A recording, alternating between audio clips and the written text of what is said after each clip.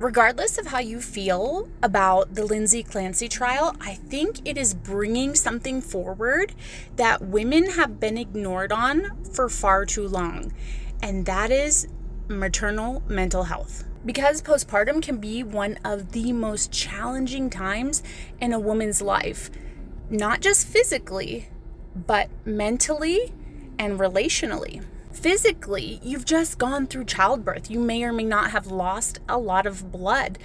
You're not sleeping. You probably haven't slept in days. Your nutrition is not right. And suddenly your whole life changes and you're supposed to take care of a baby and do all of this and just be fine. Be fine. And then there's the relational side that we don't talk about very much. Your entire relationship often changes when you have a baby, or it changes the family dynamic at exactly the time that you're most vulnerable. And pregnancy and postpartum is the time when intimate partner violence peaks. So women are most in danger. I've spent the majority of my career working as a labor and delivery nurse, and I've cared for probably thousands of pregnant and postpartum women. I also have 5 children myself, and I have experienced mental health changes during those times. I've never felt more mentally unstable than certain parts of postpartum and when I was going through multiple rounds of IVF. And that's coming from someone who understood the physiology, understood what's happening, and worked in this field. So when I hear people reducing the entire conversation to she's guilty or she's not guilty, I feel like we're missing something incredibly important.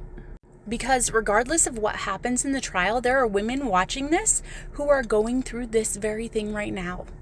Women who are terrified by what's happening in their minds. Women who don't recognize themselves. Women who are exhausted and overwhelmed and don't know what's happening.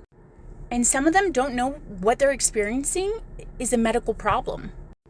And I think this case hits such a nerve because women know what it's like to be in such a vulnerable position. And many of us have experienced certain changes and have not been taken seriously or not been supported by those who are supposed to be there for us. We need more research. We need better screening. We need better education. We need better support from others. And most importantly, we need women to be taken seriously when they say something isn't right. I don't want mental health to be something that's only talked about when something serious happens.